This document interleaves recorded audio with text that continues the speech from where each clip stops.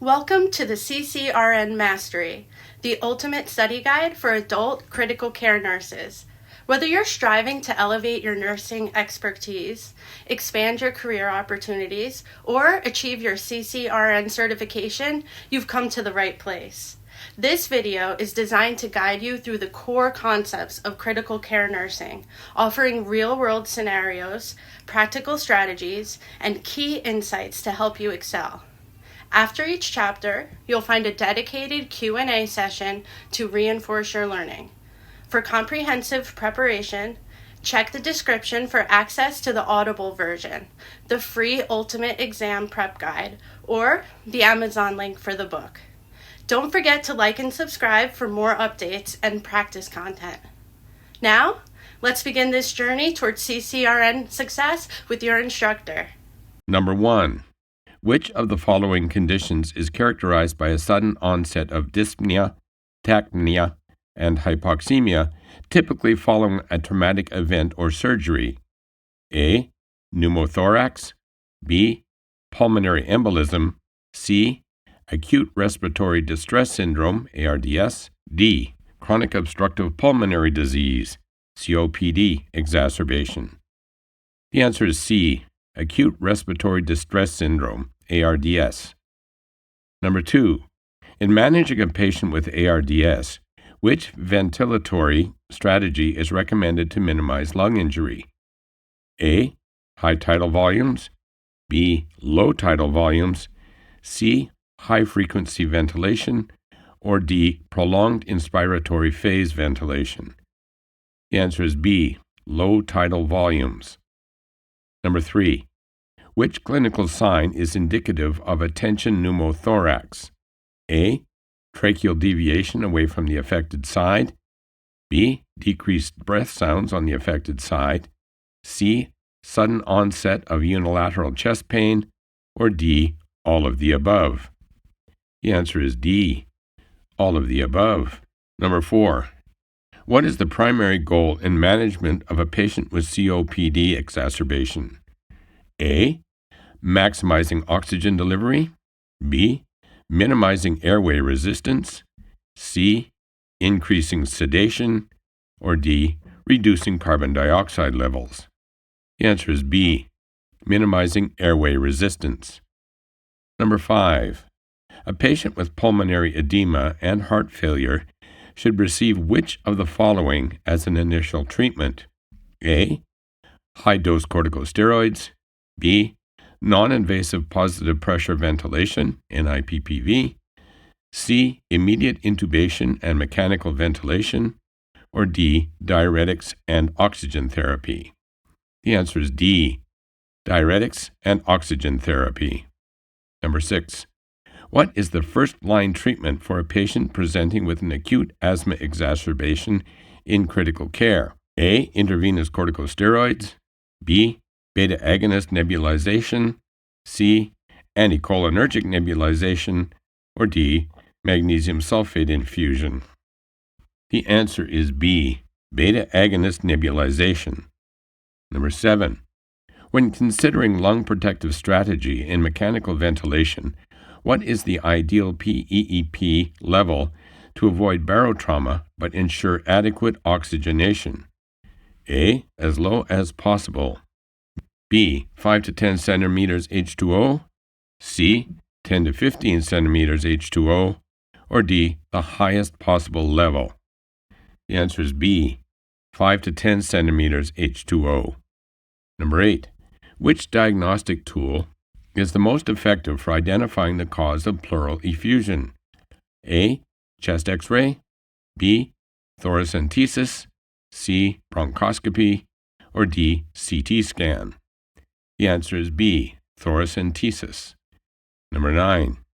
In a patient with suspected ventilator-associated pneumonia, VAP, which of the following is a key management strategy? A. Immediate discontinuation of mechanical ventilation. B. Administration of broad-spectrum antibiotics. C. Performing daily chest physiotherapy. Or D. Increasing sedation to reduce agitation. The answer is B. Administration of broad-spectrum antibiotics. Number 10. Which statement is true regarding the management of a patient with a flail chest? A. The primary goal is to restrict chest wall movement to promote healing. B. Positive pressure ventilation may be detrimental and should be avoided. C. Adequate pain control and ensuring proper ventilation are key management strategies. D. Surgery is always indicated to repair the multiple rib fractures. The answer is C. Adequate pain control and ensuring proper ventilation are key management strategies. Number 11. What is the most common cause of pulmonary embolism, PE? A. Atrial fibrillation. D. Deep vein thrombosis, DVT. C. Pneumonia. Or D. Chronic heart failure. The answer is B. Deep vein thrombosis, DVT. Number 12. Which medication is considered first-line therapy for the treatment of a patient with a confirmed pulmonary embolism? A. Beta blockers. B. Anticoagulants. C. Diuretics. D. Antibiotics. The answer is B. Anticoagulants. Number 13. For patients with severe COPD, which of the following interventions has been shown to improve survival? A. Long-term oxygen therapy. B. High-dose inhaled corticosteroids. C. Frequent use of antibiotics. Or D. Continuous nebulized beta agonists. The answer is A. Long-term oxygen therapy. Number 14. What is the hallmark clinical feature of a patient experiencing attention pneumothorax? A. Hemoptysis. B. Hyperresonance on percussion. C. Bradycardia. Or D. Jugular venous distension. The answer is D. Jugular venous distension. Number 15. In the context of pulmonary management, what does PEEP stand for, and what is its purpose? A. Positive end expiratory pressure to alleviate alveolar collapse. B. Pulmonary edema excretion pressure to remove fluid from the lungs. C. Post-exertional elevation of pressure to measure lung recovery. Or D. Permissive expiry pause to allow for better gas exchange. The answer is A. Positive end expiry pressure to prevent alveolar collapse. Number 16. Which imaging modality is most specific for diagnosing a pulmonary embolism? A. Ventilation perfusion, VQ scan. B. Chest X-ray. C. Computed tomography pulmonary angiography, CTPA. Or D. Ultrasound of the chest. The answer is C. Computed tomography pulmonary angiography, CTPA. Number 17. In managing a patient with acute exacerbation of asthma, what is the purpose of administering systemic corticosteroids? A. To immediately relieve airway constriction. B. To reduce airway inflammation. C. To prevent infection. Or D. To stimulate mucus production. The answer is B. To reduce airway inflammation. Number 18. A patient with pneumothorax is likely to exhibit which of the following symptoms? A. Bradypnea. B. Bilateral wheezing. C. Sudden chest pain and shortness of breath. Or D. Fevers and chills. The answer is C. Sudden chest pain and shortness of breath. Number 19. What is the initial management strategy for a patient presenting with hypoxemia respiratory failure? A. High-flow nasal cannula or non-invasive ventilation. B. Immediate tracheostomy. C. Intravenous fluid bolus. Or D. Supine positioning. The answer is A. High-flow nasal cannula or non-invasive ventilation. Number 20. In a patient with a flail chest, what is the most common complication that needs to be monitored and managed? A. Pulmonary contusion. B. Pneumonia. C. Sepsis. Or D. Cardiac tamponade. The answer is A. Pulmonary contusion. Number 21. Identify the primary mechanism of injury in barotrauma related to mechanical ventilation. A. Oxygen toxicity. B. Excessive PEEP causing alveolar rupture. C. Fluid overload. Or D. Ventilator-associated pneumonia. The answer is B. Excessive PEEP causing alveolar rupture. Number 22. Which of the following is a common early sign of acute respiratory distress syndrome, ARDS? A. Cyanosis. B. Bilateral infiltrates on chest X-ray. C. Hypercapnia. Or D. Pleural effusion.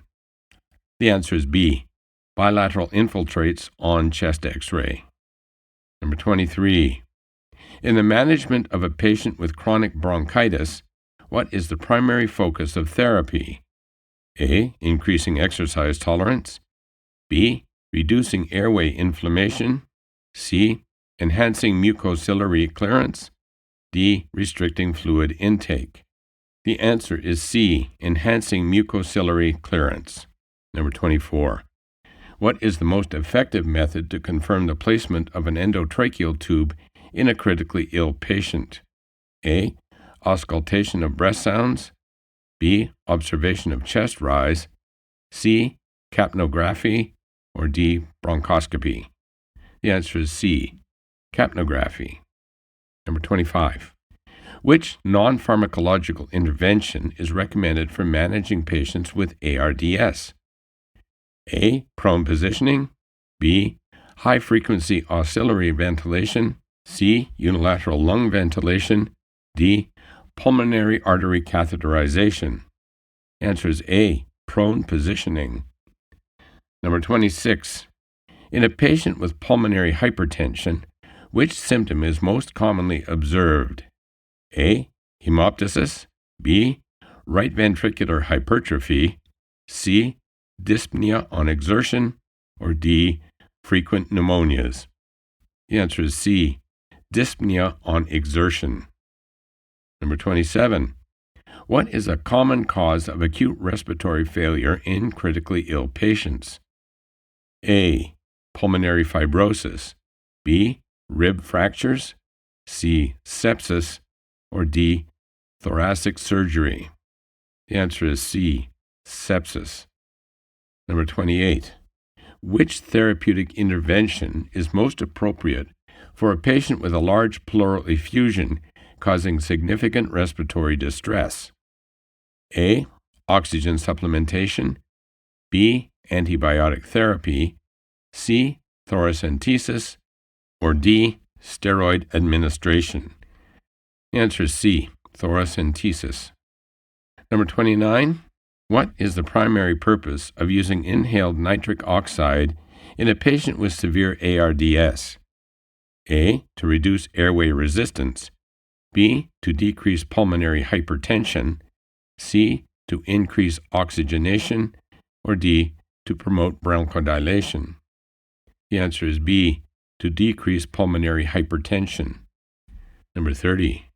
When a patient is being weaned from mechanical ventilation, what is a key indicator of readiness to extubate? A.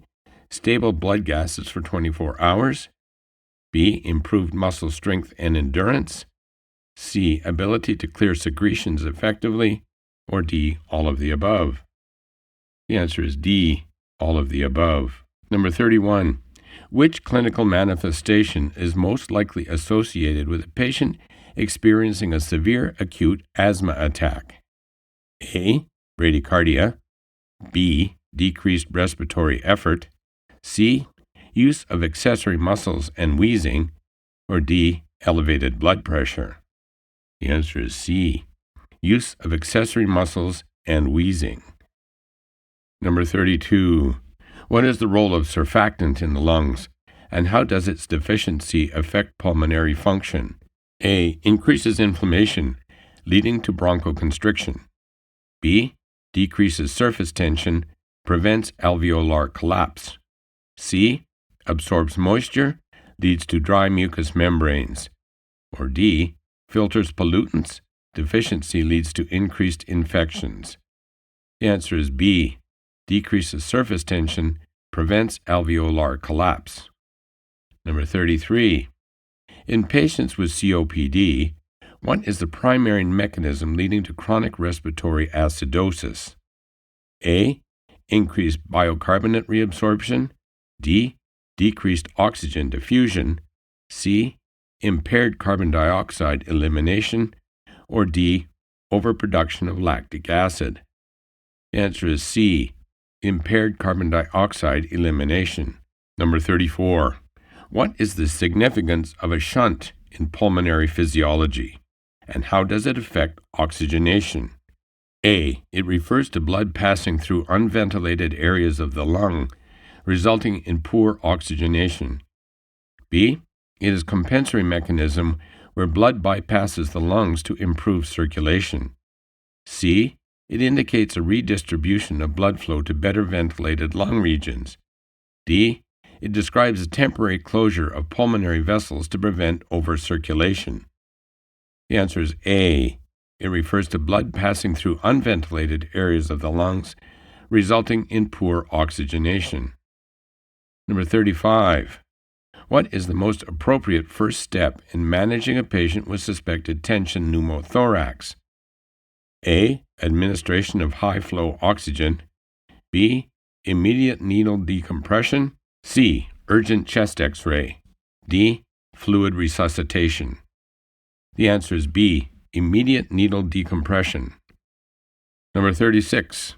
Which statement accurately describes the management of acute respiratory distress syndrome, ARDS? A.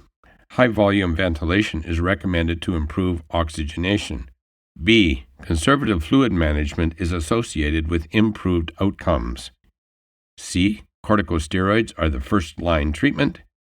And D. Prone positioning should be avoided due to the risk of worsening lung injury. The answer is B. Conservative fluid management is associated with improved outcomes. Number 37. In the context of mechanical ventilation, what does synchrony refer to, and why is it important? A. The alignment of ventilation with the patient's natural respiratory efforts reduces work of breathing. B. The regular pattern of the ventilator ensures consistent delivery of set tidal volumes. C. The matching of oxygen delivery and carbon dioxide removal optimizes gas exchange. D. The timing of inhalation and exhalation cycles prevents rapid breathing. The answer is A. The alignment of ventilation with the patient's natural respiratory efforts reduces work of breathing. Number 38. Which intervention is crucial for a patient undergoing mechanical ventilation to prevent ventilator-associated pneumonia, VAP? A. Daily sedation holidays. B. Frequent hand hygiene by healthcare staff. C. Oral care with chlorhexidine. D. Routine antibiotic prophylaxis. The answer is C. Oral care with chlorhexidine. Number 39. What is the primary therapeutic goal in the treatment of a patient with interstitial lung disease? A. To reverse the fibrosis and restore lung function. B. To manage symptoms and slow disease progression. C. To increase the patient's tolerance to high levels of oxygen. And D. To prepare for lung transplantation as a definitive cure. The answer is B. To manage symptoms and slow disease progression. How does positive end expiratory pressure, PEEP, benefit patients with diffuse alveolar damage? A. It increases airway resistance to strengthen respiratory muscles. B. It reduces the need for supplemental oxygen. C. It prevents alveolar collapse and improves oxygenation. D. It accelerates the resolution of pulmonary edema. The answer is C. It prevents alveolar collapse and improves oxygenation. Number 41. When considering non-invasive ventilation, NIV, what is a common contraindication? A. Chronic obstructive pulmonary disease, COPD. B. Facial trauma or deformity. C. Asthma exacerbation. D. Hypoxemic respiratory failure. The answer is B. facial trauma or deformity. Number 42. In a patient with a massive pulmonary embolism, what is a potential life-saving intervention? A. High-dose anticoagulant therapy. B. Thrombolytic therapy. C. Supplementary oxygen and bed rest. D. Scheduled pulmonary rehabilitation. The answer is B. Thrombolytic therapy. Number 43. What is the typical clinical presentation of a patient with chronic bronchitis? A. Persistent cough with clear sputum. B. Frequent episodes of breathlessness and wheezing. C. Persistent productive cough for 3 months in 2 consecutive years. D. Sudden onset of dyspnea and chest pain. The answer is C. Persistent productive cough for 3 months in 2 consecutive years. Number 44. Which parameter is most indicative of effective diuretic therapy in a patient with pulmonary edema? A. Decreased heart rate. B. Increased urine output. C. Improved mental status. Or D. Elevated blood pressure. The answer is B. Increased urine output. Number 45.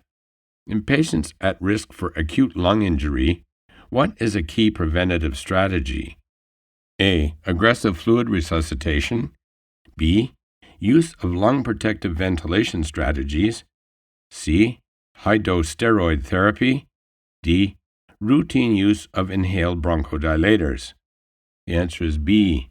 Use of lung protective ventilation strategies.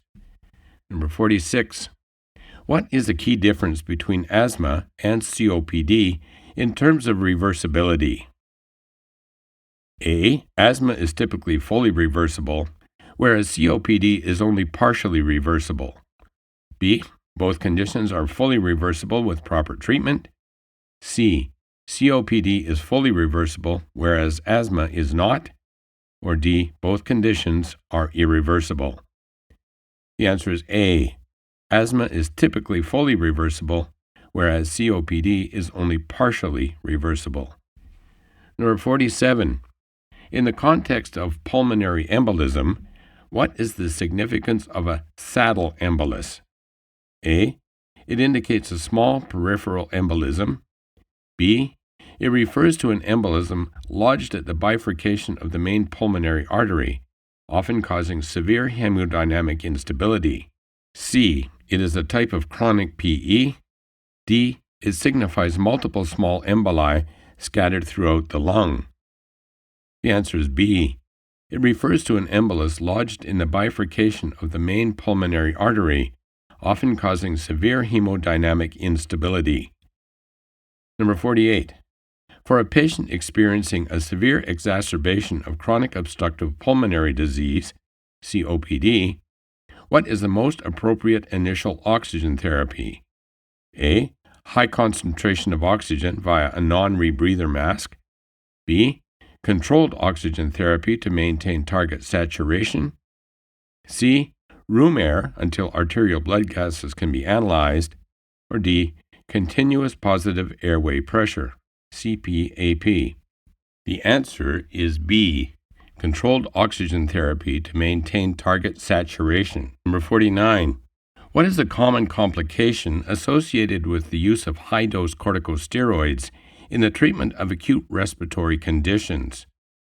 A. Hypoglycemia. B. Peptic ulcer disease. C. Hypertension.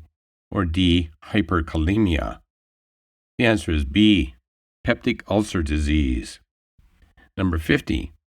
In a patient with respiratory failure, what is a key indicator of worsening conditions and the need for escalated care? A. Decreased heart rate. B. Slight increase in respiratory rate. C. Confusion or decreased level of consciousness. Or D. Isolated fever. The answer is C. Confusion or decreased level of consciousness. Number 51. Which ventilator mode provides full ventilatory support by delivering a set tidal volume and respiratory rate while allowing spontaneous breathing? A. continuous positive airway pressure, CPAP, B. assisted controlled ventilation, ACV, C. synchronized intermittent mandatory ventilation, SIMV, or D. pressure support ventilation, PSV. The answer is B.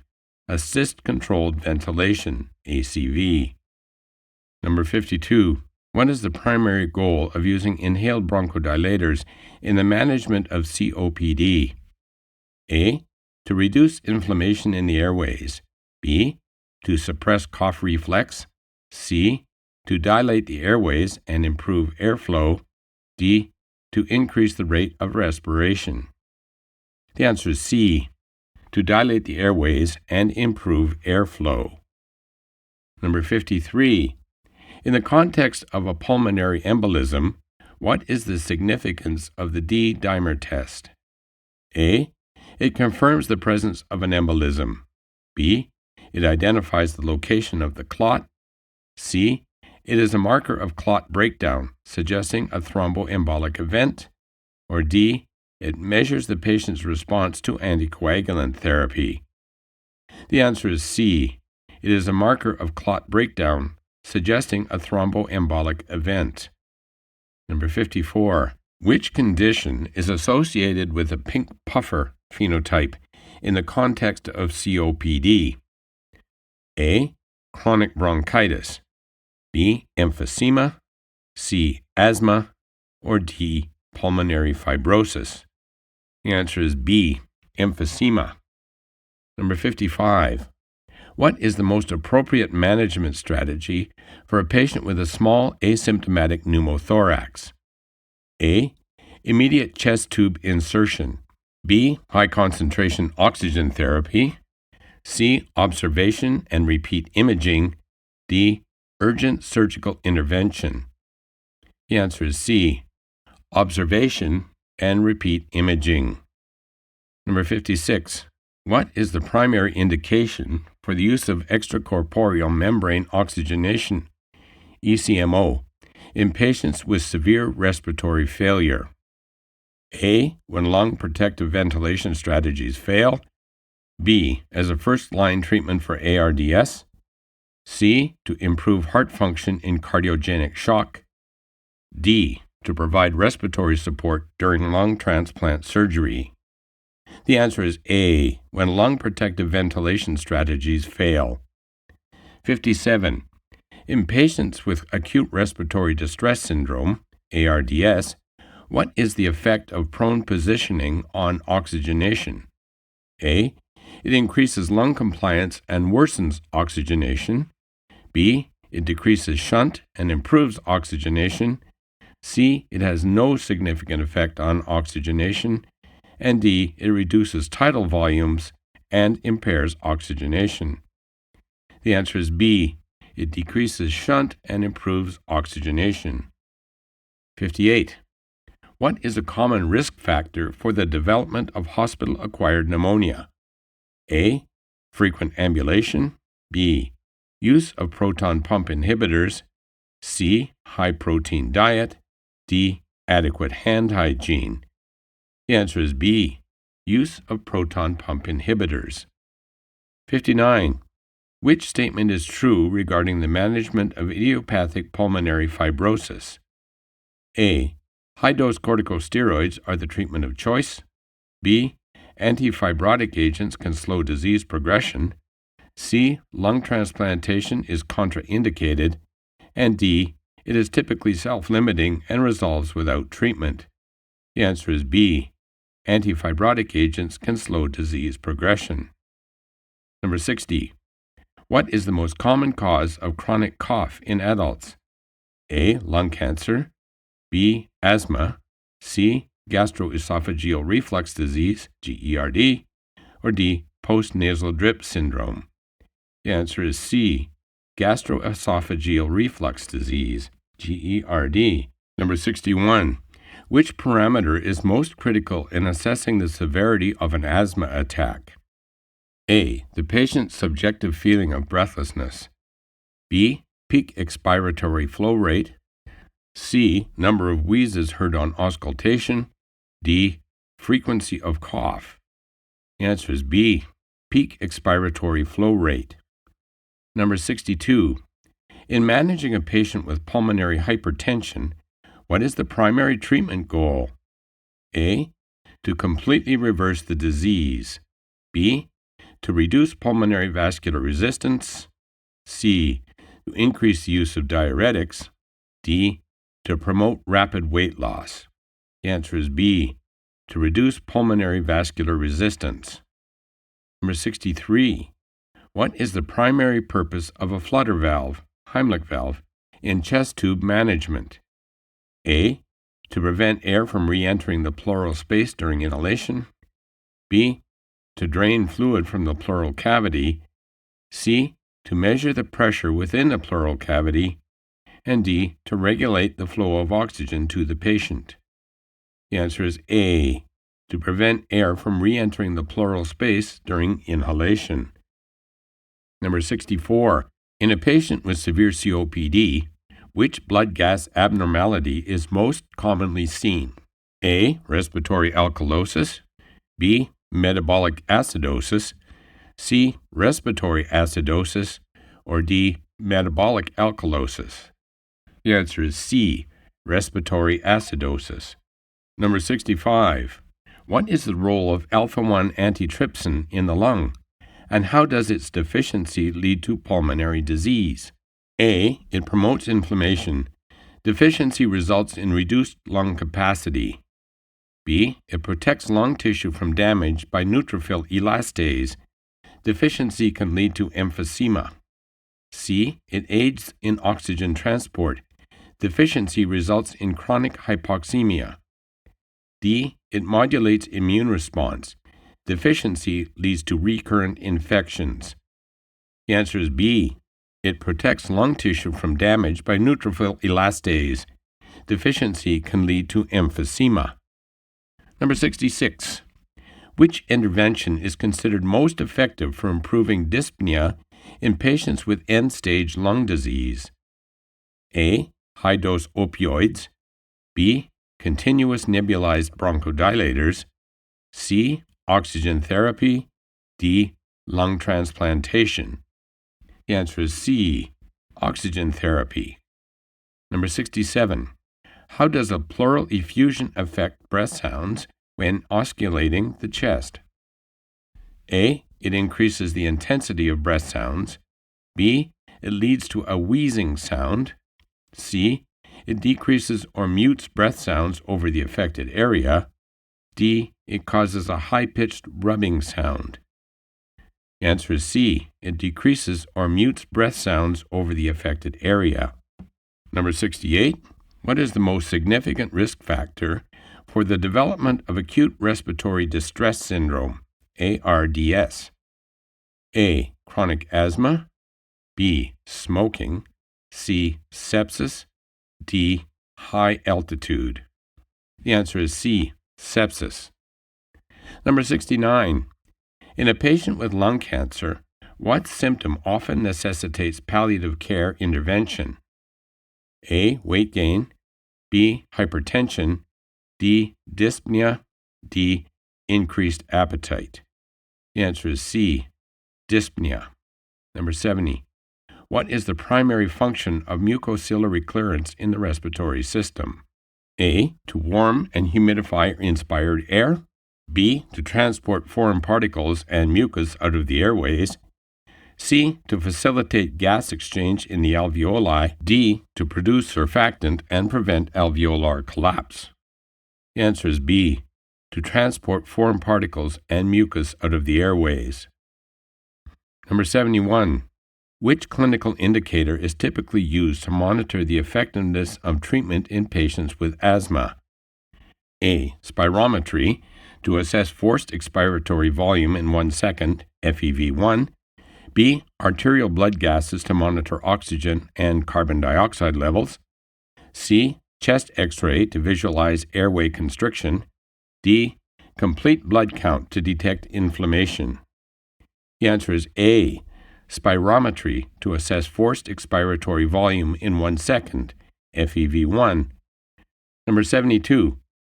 In the case of a suspected bacterial pneumonia, what is the first-line diagnostic test to confirm the presence of an infection? A. Complete blood count. B. Sputum culture. C. Chest X-ray. D. Bronchoscopy. The answer is B. Sputum culture. Number 73. What is the primary purpose of administering nebulized hypertonic saline in patients with cystic fibrosis? A. To suppress cough. B. To reduce inflammation. C. To hydrate airway mucus and improve clearance. D. To dilate the bronchi and increase airflow. The answer is C. To hydrate airway mucus and improve clearance. 74. For patients with severe acute respiratory syndrome, SARS, which precaution is most important to prevent transmission? A. Use of high-efficiency particulate air, HEPA, filters in the room. B. Strict hand hygiene practices. C. Airborne precautions, including N95 respirators for healthcare workers. D. Contact precautions, including gloves and gowns. The answer is C. Airborne precautions, including N95 respirators for healthcare workers. Number 75. What is the role of a rescue inhaler in the management of asthma? A. To prevent onset of asthma symptoms. B. To provide immediate relief from acute bronchoconstriction. C. To reduce long-term inflammation of the airways. And D. To suppress the immune system and prevent allergic reactions. The answer is B. To provide immediate relief from acute bronchoconstriction. Number 76. Which clinical feature is most indicative of a pleural effusion on physical examination? A. Hyperresonance on percussion. B. Increased vocal phrenitis. D. Dullness to percussion over the affected area. C. Wheezing on auscultation. The answer is C. Dullness to percussion over the affected area. 77. In a patient with chronic hypoxemia, what adaptive response is commonly seen? A. Decreased respiratory rate. B. Polycythemia. C. Reduction in pulmonary capillary bed. D. Bronchodilation. The answer is B. Polycythemia. Number 78. What is the primary mechanism of action of an anti-leukotriene agent used in the management of asthma? A. They relax smooth muscles in the airways. B. They reduce the production or block the action of leukotrienes, reducing inflammation and bronchoconstriction. C. They inhibit the cough reflex. D. They increase the clearance of mucus from the airways. The answer is B. They reduce the production or block the action of leukotrienes, reducing inflammation and bronchoconstriction. Number 79. In patients with a tracheostomy, what is a common complication that requires vigilant monitoring? A. Hypertension. B. Tracheal stenosis or narrowing. C. Increased intracranial pressure. Or D. Gastroesophageal reflux. The answer is B. Tracheal stenosis or narrowing. Number 80. What is the main purpose of a sputum induction procedure in respiratory care? A.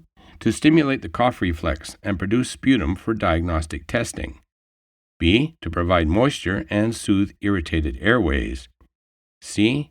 To deliver medications directly to the lungs. Or D. To assess the patient's ability to clear secretions. The answer is A. To stimulate the cough reflex and produce sputum for diagnostic testing. Number 81.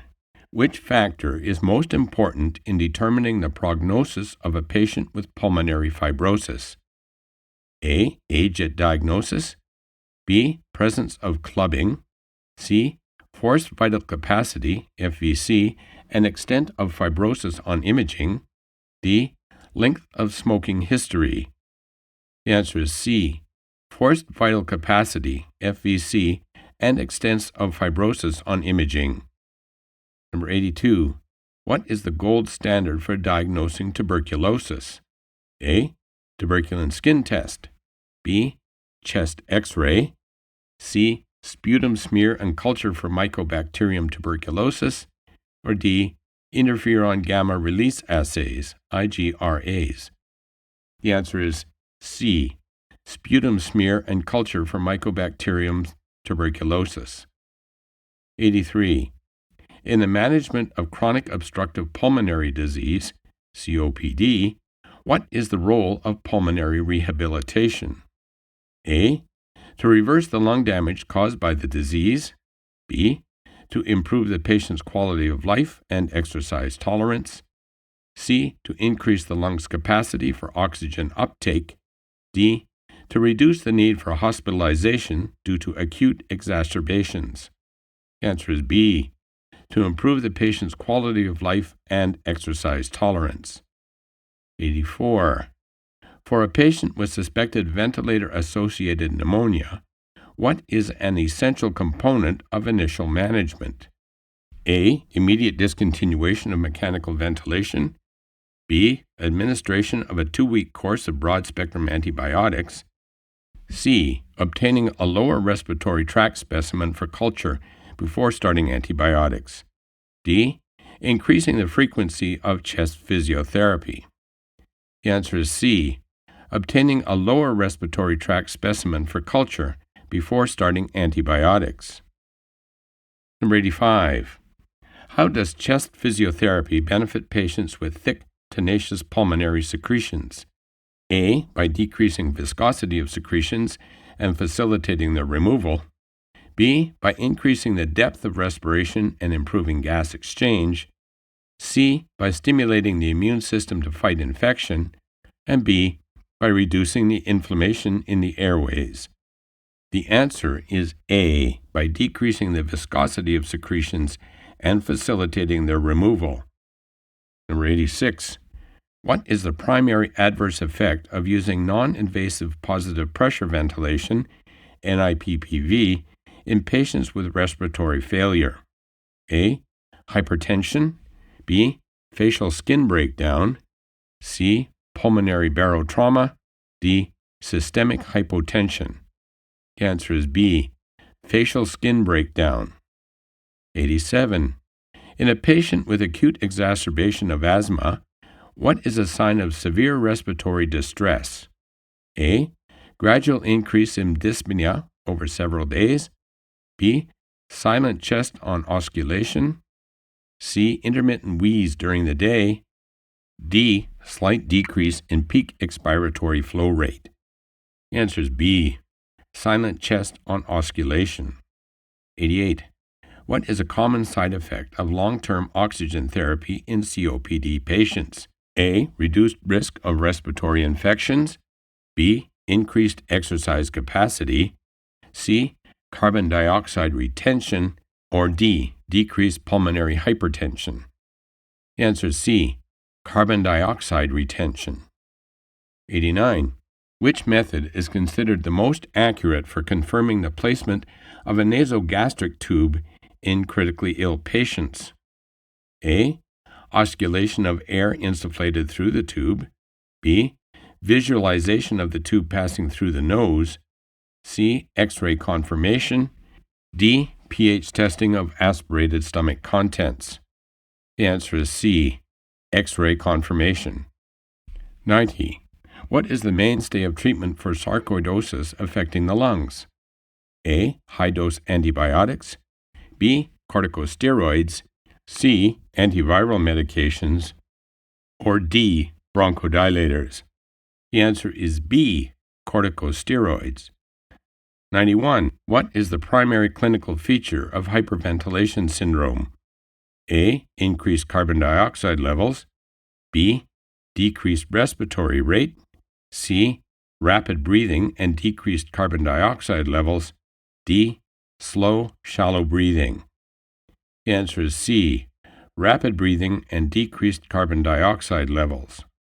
Number 92. Which statement is true about the pathophysiology of emphysema?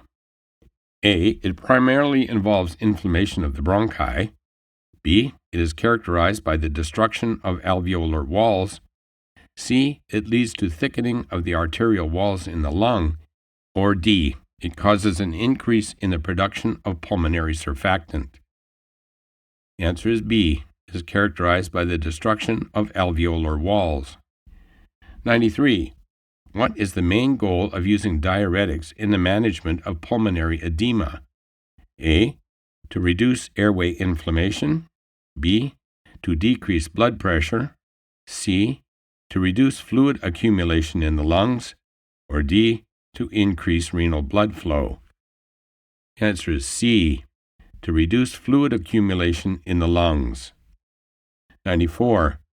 In the case of an acute exacerbation of idiopathic pulmonary fibrosis, what is the typical treatment approach? A. Immediate lung transplantation.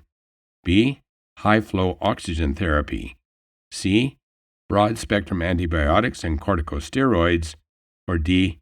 Palliative care to manage symptoms. The answer is C. Broad-spectrum antibiotics and corticosteroids.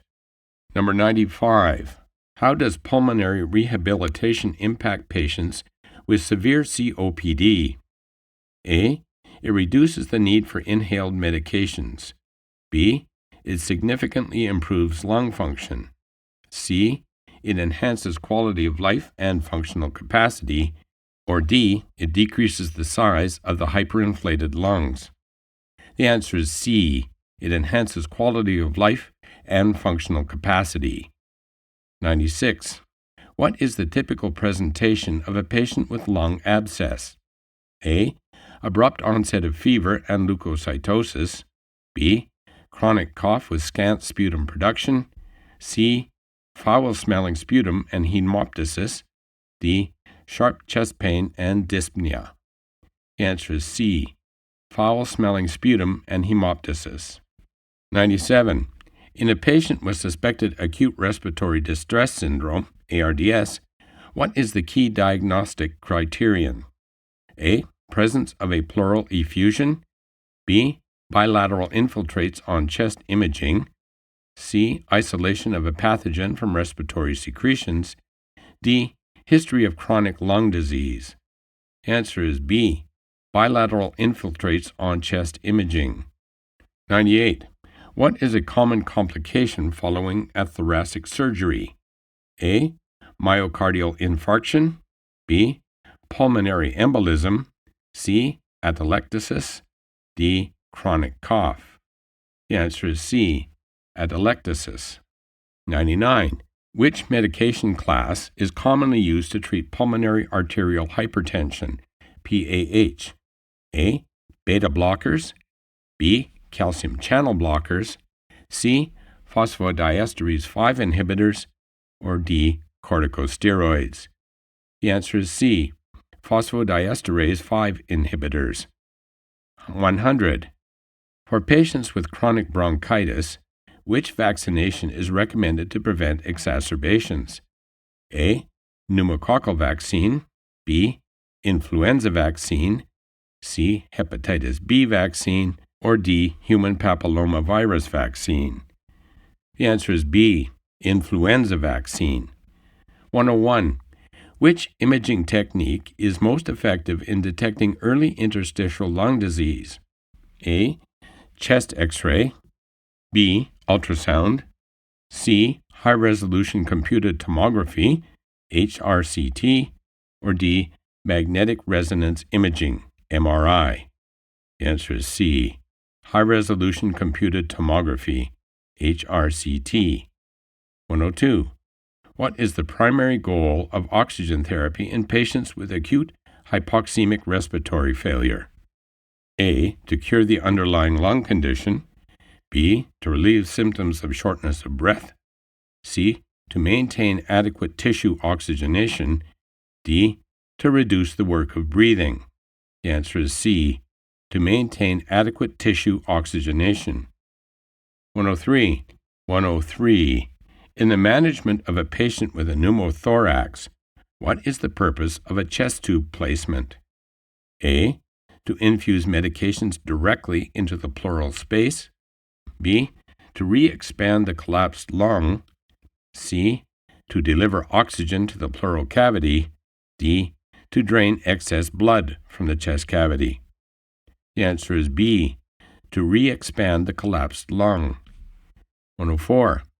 Which symptom is commonly associated with pulmonary hypertension? A. Productive cough with green sputum. B. Sudden weight loss. C. Syncope or dizziness, especially during exertion. D. Night sweats. The answer is C. Syncope or dizziness, especially during exertion. 105. What is the main benefit of using a spacer with a metered dose inhaler for asthma patients? A. It increases absorption of medication in the bloodstream. B. It decreases the need for oral corticosteroids. C. It helps more medication reach the lungs and less stay in the mouth and throat. And D. It reduces the frequency of asthma attacks. The answer is C. It helps more medication reach the lungs and less stay in the mouth and throat. 106. What is the significance of clubbing in patients with chronic respiratory disease? A. It is a sign of acute respiratory distress. B. It indicates poor nutritional status. C. It is associated with chronic hypoxemia and lung disease. D. It is typically a genetic condition without clinical significance. The answer is C. It is associated with chronic hypoxemia and lung disease. Number 107. Which non-pharmacological intervention is often used for symptomatic relief in patients with terminal lung disease? A. High-intensity exercise. B. Palliative oxygen therapy. C. Aggressive fluid replacement. Or D. Continuous positive airway pressure, CPAP. The answer is B. Palliative oxygen therapy. Number 108. What is the most appropriate first-line treatment for a patient with a small spontaneous pneumothorax? A. Thoracotomy and surgical repair. B. Observation and oxygen therapy. C. Immediate intubation and mechanical ventilation. D. Aggressive antibiotic therapy. The answer is B.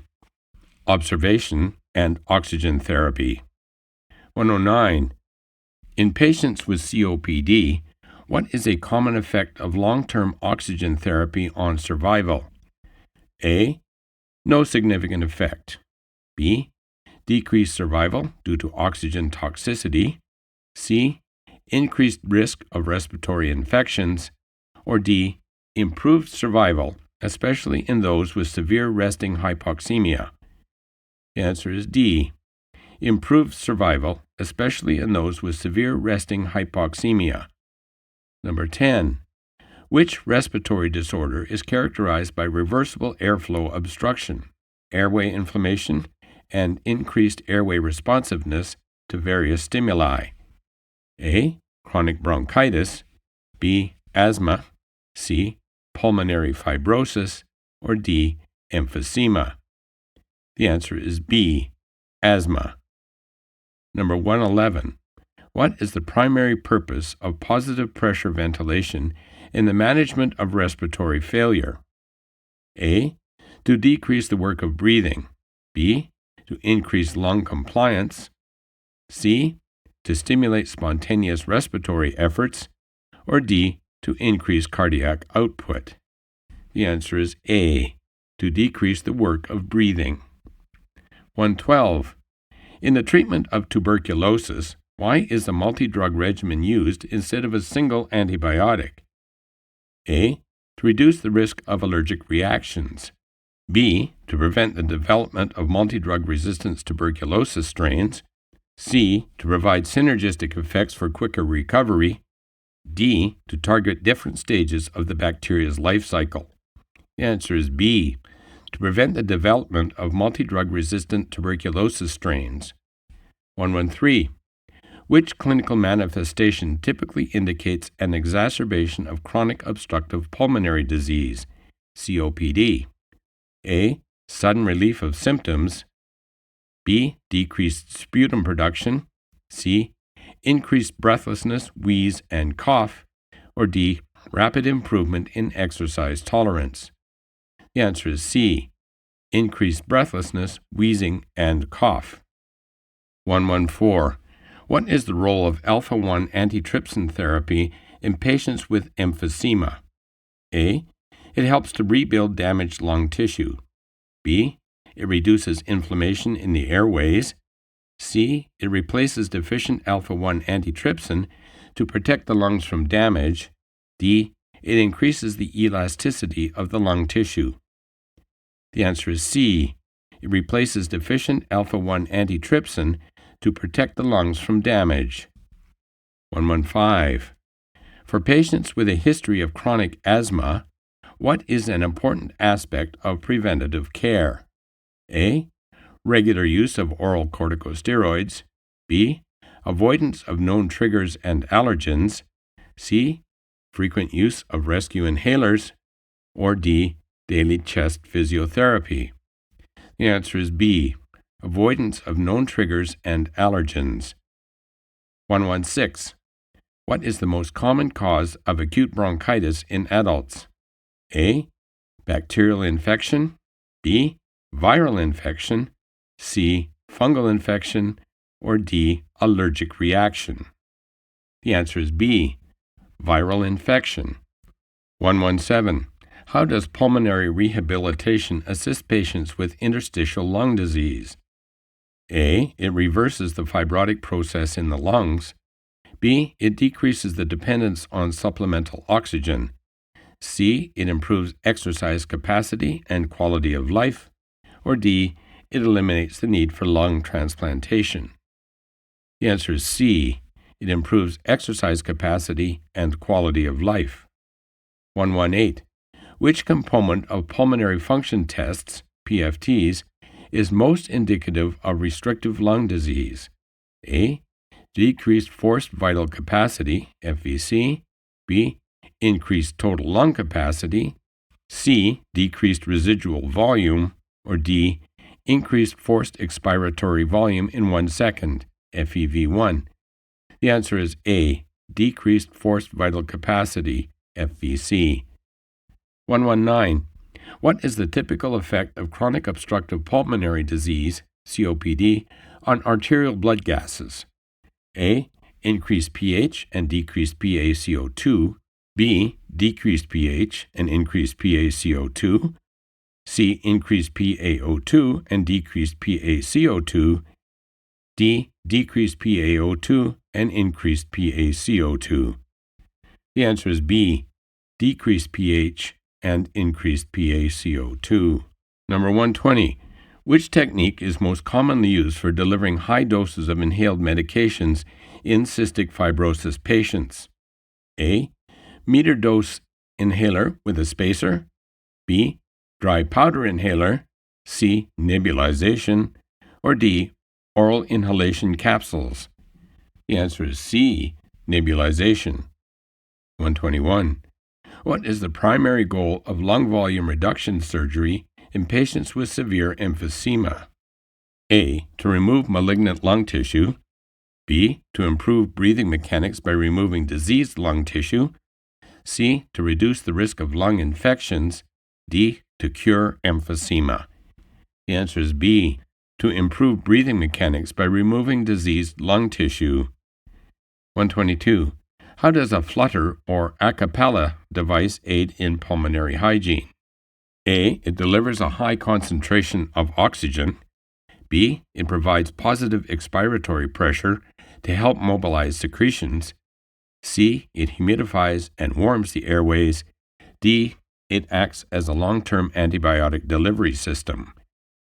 The answer is B. It provides positive expiratory pressure to help mobilize secretions. 123. What is the main advantage of using long-acting beta agonists, LABA, in the treatment of asthma? A. Immediate relief of acute bronchoconstriction. B. Prolonged control of symptoms and reduced need for rescue inhalers. C. Reduction of inflammation in the airways. And D. Prevention of respiratory infections. The answer is B. Prolonged control of symptoms and reduced need for rescue inhalers. 124. What is the significance of the blue bloater term in context of COPD? A. It refers to patients with emphysema who have a lean body habitus. B. It describes patients with chronic bronchitis who often appear cyanotic and edematous.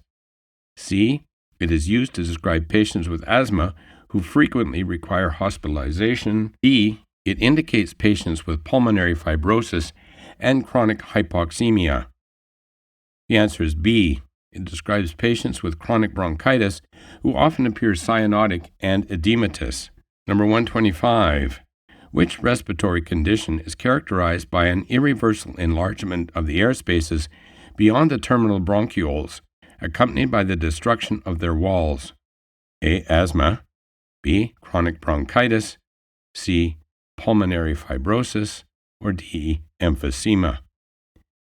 The answer is D. Emphysema. 126. What is the impact of smoking cessation on the progression of chronic obstructive pulmonary disease, COPD? A. It has no impact on the disease progression. B. It can rapidly reverse the damage to the lungs. C. It slows the progression of the disease and improves survival. D. It increases the risk of acute exacerbations. The answer is C. It slows the progression of the disease and improves survival. 127. Which parameter is an indicator of adequate ventilation in patients receiving mechanical ventilation? A. Blood pressure. B. Heart rate. C. Arterial oxygen saturation, SaO2. D. End-tidal carbon dioxide, EtCO2, or arterial carbon dioxide tension, PaCO2. The answer is D. End-tidal carbon dioxide, EtCO2, or arterial carbon dioxide tension, PaCO2. 128. In the management of a massive hemothorax, what is the most appropriate initial intervention? A. Aggressive fluid resuscitation. B. Insertion of a chest tube to drain blood and re-expand the lung. C. Immediate administration of broad-spectrum antibiotics. D. High-concentration oxygen therapy. The answer is B. Insertion of a chest tube to drain blood and re-expand the lung. Number 129. Which statement is true about sleep apnea and its management? A. It is primarily treated with medications to stimulate breathing. B. Weight loss and continuous positive airway pressure, CPAP, are effective treatments. C. Surgery is the first-line treatment for all types of sleep apnea. D. It is a temporary condition that typically resolves without intervention. The answer is B. Weight loss and continuous positive airway pressure, CPAP, are effective treatments. Number 130. What is the primary mechanism of action of antifibrotic agents used in the treatment of idiopathic pulmonary fibrosis? A. They suppress the immune system and reduce inflammation. B. They directly reverse fibrosis in the lung tissues. C. They slow the progression of fibrosis by inhibiting pathways involved in fibroblast activity. D. They dilate the bronchial tubes and improve airflow. The answer is C. They slow the progression of fibrosis by inhibiting pathways involved in fibroblast activity. 131.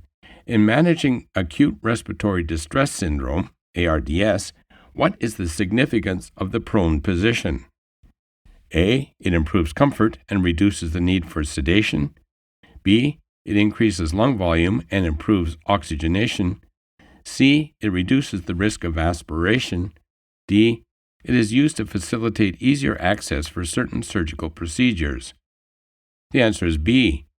It increases lung volume and improves oxygenation. Number 132.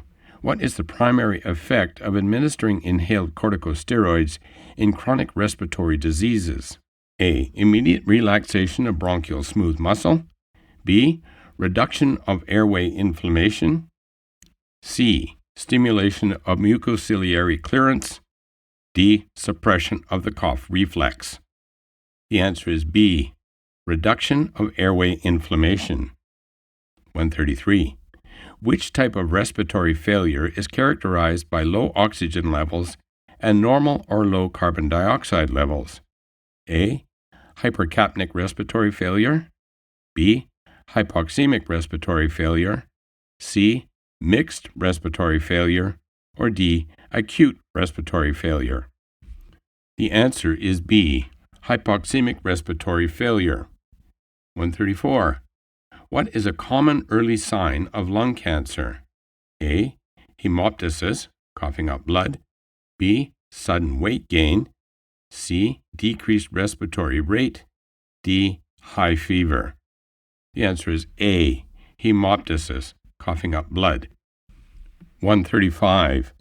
In the management of cystic fibrosis, what is the role of Dornase alpha, pulmozyme? A. It reduces the viscosity of mucus, facilitating its clearance. B. It acts as an anti-inflammatory agent. C. It is an antibiotic targeting CF pathogens. D. It stimulates production of surfactant. The answer is A. It reduces the viscosity of mucus, facilitating its clearance. 136. How does obesity affect respiratory function? A. It typically leads to reduced respiratory muscle strength. B. It increases lung volume and capacity. C. It decreases chest wall compliance and increases work of breathing. D. It promotes efficient gas exchange. The answer is C. It decreases chest wall compliance and increases work of breathing. 137. Which statement is true about the treatment of pulmonary sarcoidosis? A. It often requires aggressive treatment with multiple antibiotics. B. Corticosteroids are commonly used to reduce inflammation. C. Most cases resolve without any treatment. Or B. It is primarily managed with antifibrotic agents. The answer is B. Corticosteroids are commonly used to reduce inflammation. Number 138. What is the main treatment approach for acute respiratory alkalosis? A. Administering sodium bicarbonate to correct pH imbalance. B. Addressing the underlying cause, such as anxiety or pain. C. Increasing oxygen supply to reduce hyperventilation. D. Mechanical ventilation to control breathing rate. The answer is B. Addressing the underlying cause, such as anxiety or pain. 139. In patients with severe chronic obstructive pulmonary disease, COPD, what is a potential side effect of long-term oxygen therapy? A. Reduced risk of pneumonia. B. Increased exercise tolerance. C. Carbon dioxide retention and respiratory acidosis. Or D. Marked improvement in lung function. The answer is C. Carbon dioxide retention and respiratory acidosis. Number 140. What is the significance of a curved or scalloped appearance of the diaphragm on a chest X-ray in a patient with COPD? A. It indicates pleural effusion. B. It is a sign of diaphragmatic weakness or paralysis. C. It reflects hyperinflation of the lungs and flattening of the diaphragm. Or D. It is characteristic of acute respiratory distress syndrome, ARDS. The answer is C. It reflects hyperinflation of the lungs and flattening of the diaphragm. 141. Which symptom is most indicative of chronic bronchitis? A. Intermittent dry cough. B. Sudden onset of dyspnea. C. Persistent productive cough for 3 consecutive months in 2 successive years. Or D. Sharp stabbing chest pain. The answer is C. Persistent productive cough for 3 consecutive months in 2 successive years. 142. What is the main therapeutic goal in management of pulmonary hypertension? A. To completely reverse the condition. B. To reduce pulmonary vascular resistance and improve cardiac output. C. To prevent any physical exertion. D. To increase the dose of diuretics and manage fluid retention. The answer is B. To reduce pulmonary vascular resistance and improve cardiac output. 143. In the context of lung transplantation, What is a common long-term complication? A. Complete recovery of lung function. B. Chronic lung allograft dysfunction. C. Immediate rejection of the transplanted lung. D. Permanent cessation of the immune response. The answer is B. Chronic lung allograft dysfunction. 144. What is the primary cause of death in patients with cystic fibrosis? A. Liver failure. B.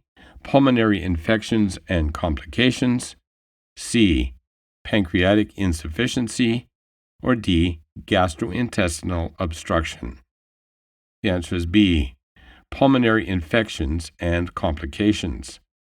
145.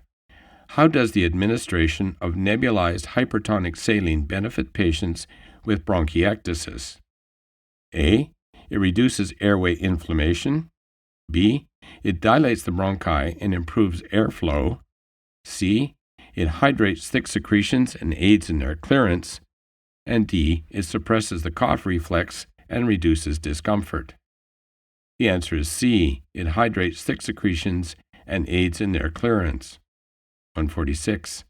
What is the primary role of theophylline in the treatment of respiratory disorders? A. It acts as a potent anti-inflammatory agent. B. It is used as a rescue medication during acute attacks. C. It provides long-term control by relaxing bronchial smooth muscle. And D. It increases the respiratory rate and improves oxygenation. The answer is C. It provides long-term control by relaxing bronchial smooth muscles. 147. Which clinical finding is a hallmark of advanced interstitial lung disease? A. Increased chest expansion. B. Clubbing of fingers and toes. C. Loud barking cough. D. High-pitched wheezing on inspiration. The answer is B. Clubbing of fingers and toes. Number 148. In the management of a patient with severe asthma, what is the significance of a silent chest on auscultation? A. It indicates an improvement and resolution of wheezing.